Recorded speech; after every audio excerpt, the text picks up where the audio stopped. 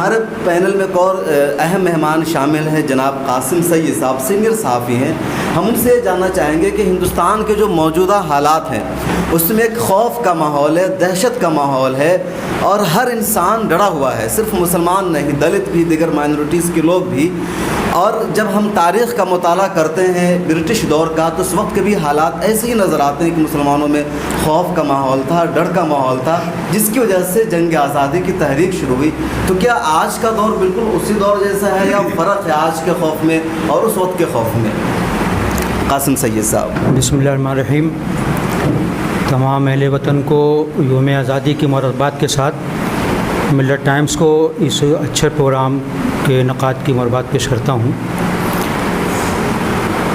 اصل میں یہ اہل علم و فکر اور جیت فضلہ کی مجلس ہے، اس لیے اس میں تاریخ کے حوالے سے کہ مسلمانوں نے جنگ آزادی میں کیا کردار ادا کیا، علماء کا کیا کردار تھا، اس پر بحث کی کوئی گنجائش نہیں ہے. بلکہ میں یہ چاہتا تھا کہ اب تک جو باتیں ہوئی ہیں میں ان کے حوالے سے 2-3 باتیں کا تذکرہ کرنا زیادہ بہتر سمجھتا ہوں. مجھے یہ لگتا ہے میں آزادی کے بعد کے حوالے سے بات کرنا چاہتا ہوں. ڈاکٹر مدثر صاحب نے کہا کہ ہمیں ماضی اور تاریخ سے ہمارا تعلق مضبوط رہنا چاہیے. میں ان کی اس بات سے اتفاق رکھتا ہوں، لیکن ماضی کا بوجھ اگر ہم پیٹھ پر لاد کر آگے چلیں گے تو ہم اپنے حال اور اپنے مستقبل کو بہتر نہیں بنا سکتے. ماضی کی وہ باتیں جو ہمارے راستوں کو روشن کر سکتی ہیں ان کو ہم ضرور ساتھ لے کر چلیں، لیکن ماضی کی تکلیف دہ یادوں کو اپنے ساتھ نہیں رکھنا چاہیے. جہاں تک تاریخ کا معاملہ ہے، اپنی تاریخ سے آگہی ہر انسان کا اور ہر اس کمیونٹی کا فرض ہے جو اس کی تاریخ رہی ہے اسے آگہی. لیکن ہماری بدقسمتی یہ ہے کہ ہم اپنی تمام ذمہ داریاں حکومت کے حوالے کر دیتے ہیں کہ یہ کام حکومت کو کرنا چاہیے، حکومت کی یہ غلطی رہی ہے، حکومت نے ہمارے ساتھ یہ ظلم کیا ہے، اگر حکومت ایسا کرتی تو ایسا ہو جاتا. بھائیوں اور عزیزوں، ایک جمہوری ملک میں اقلیتوں کو اکثریت سے 4 گنا محنت کرنی پڑتی ہے تب جا کر ان کو ان کا حق ملتا ہے.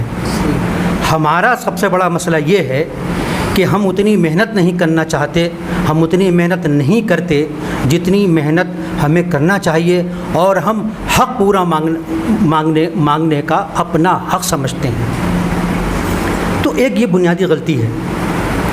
دوسری بات یہ ہے کہ جب تک ہمارے ذہنوں سے پدرم سلطان بود کا نشہ نہیں اترے گا، ہم نے یہ کیا، ہمارے آوازداد نے لال قلعہ بنایا، تاج محل بنایا، فلانا کیا، دھماکہ کیا، اب آپ کیا ہیں، اس پر غور کرنے کی ضرورت ہے. ہماری ایک تصویر وہ ہے جو سچر کمیٹی پیش کرتی ہے کہ ہندوستان میں مسلمانوں کی حالت دلیل سے بدتر ہے، لیکن تصویر کا روشن پہلو بھی ہے کہ آزادی کے بعد مسلمانوں نے زندگی کے ہر میدان میں ترقی کی ہے، اس ملک کو بھی دیا ہے اور خود کو بھی بنایا ہے. آپ غور کریے آزادی کے بعد کتنے مدارس تھے، آج کتنے مدارس ہیں، ان مدارس کی حالت کیا تھی اور آج ان مدارس کی حالت کیا ہے، کتنی عالیشان عمارتیں ہیں، کتنی جائیدادیں ہیں، کتنے وسائل و اسباب ہیں. یہ کیا یوں ہی پیدا ہو گئے ہیں؟ ترقی کے مواقع ملے، ترقی کے یکساں مواقع ملے، اور جس نے ان مواقع کو حاصل کرنے کی کوشش کی پوری ذمہ داری کے ساتھ، ایمانداری کے ساتھ، اس نے ان کے ثمرات، ان کے فوائد سے بھرپور استفادہ کیا. اور جو شکایتیں لے کر بیٹھ گئے، جو نوحہ گیری کرتے گئے، جنہوں نے ماتم منایا، وہ آج بھی وہیں کھڑے ہوئے ہیں. کیونکہ ماتم سے، نوحہ گری سے ہم اپنے دل کو تو مطمئن کر سکتے ہیں، فریب دے سکتے ہیں، لیکن ملک کو اور قوم کا کوئی بھلا نہیں کر سکتے. دوسری بات میں یہ کہنا چاہتا ہوں کہ ابھی جو خوف کے ماحول کی بات کی ہے انہوں نے، ہمارے ڈاکٹر شہاب صاحب نے، مولانا برہان صاحب نے، عبید اللہ صاحب نے کچھ باتوں کی طرف توجہ دلائی. اگر وقت ہو تو میں یہ بات کہنا چاہتا ہوں کہ یہ خوف کا ماحول نیا نہیں ہے. ہمارے ساتھ مسئلہ یہ ہے کہ ہمیں اپنے دوست اور دشمن کو طے کرنے کا اختیار نہیں ہے. ہم نے یہ اختیار بھی اپنے ارباب سیاست کو دے دیا ہے، جن کو ہم اپنا ملجا و ماوا سمجھتے ہیں، جن کے آگے ہم نے اپنے آپ کو قربان کر دیا ہے.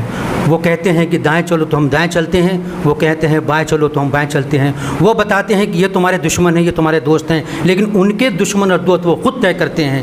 وہ جن کو ہمارا دشمن بناتے ہیں وہ کل کو ان کے دوست ہو جاتے ہیں، جن کو ہمارا دوست بناتے ہیں کل کو ان کے دشمن ہو جاتے ہیں۔ ہم نے اپنے آپ کو کتنا بے بس کر لیا ہے، ہم نے اپنے تمام اختیارات دوسروں کو کیوں سونپ دیے ہیں؟ اس بات پر بہت سنجیدگی کے ساتھ غور کرنے کی ضرورت ہے۔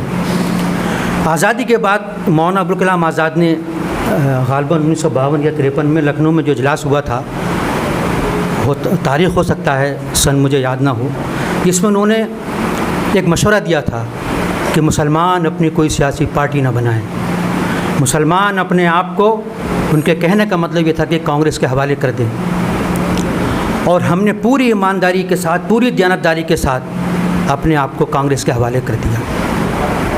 70 سال تک کانگریس کے حوالے کیا ہے، اور آج ہم کو یہ لگتا ہے کہ ہمارے جو مسائل ہیں وہ کسی ایک پارٹی کے پیدا کردہ ہیں، یا مسائل حکومت کی محض 4 سال کی تبدیلی کی وجہ سے آج ہم ان حالات سے دو چار ہیں۔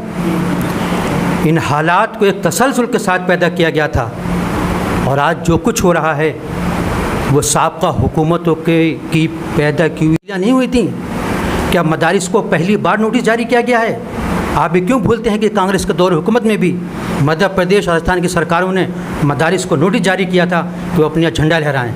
اگر آپ کو تاریخ یاد ہو تو حکومتوں کے بدلنے سے نظریہ نہیں بدلتا، ہاتھوں کے بدلنے سے تقدیریں نہیں بدلتی، طریقہ کار میں تبدیلی ہو جاتی ہے، صرف طریقہ کار بدلتا ہے۔ کوئی پیار سے کاٹتا ہے، کوئی بے رحمی سے کاٹتا ہے۔ ایک پارٹی ہمیں پیار سے ہمارا گلا دباتی تھی، دوسری پارٹی ذرا زیادہ شفافیت سے گلا دبا رہی ہے۔ ہمارے جتنے مسائل اس وقت ہیں وہ مسائل آج پیدا نہیں ہوئے ہیں، مسائل کا جننی کون ہے، وہ بچے کس نے پیدا کیے، ہمیں اس پہ غور کرنے کی ضرورت ہے۔ ایک اور بات کہ ہم نے حکومت اور پارٹی میں کبھی فرق نہیں کیا۔ حکومت سب کی ہوتی ہے، سرکار سب کی ہوتی ہے، پارٹی سے اختلاف ہونا چاہیے، پارٹی سے آپ دشمنی یا دوستی کر سکتے ہیں، لیکن سرکار سب کی ہوتی ہے۔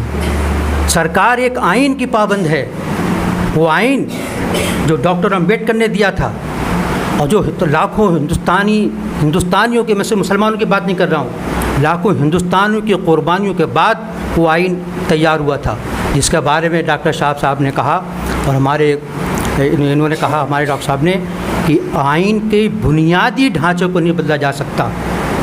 آج آئین کے اس بنیادی ڈھانچے پر حملہ کرنے کی کوشش ہو رہی ہے۔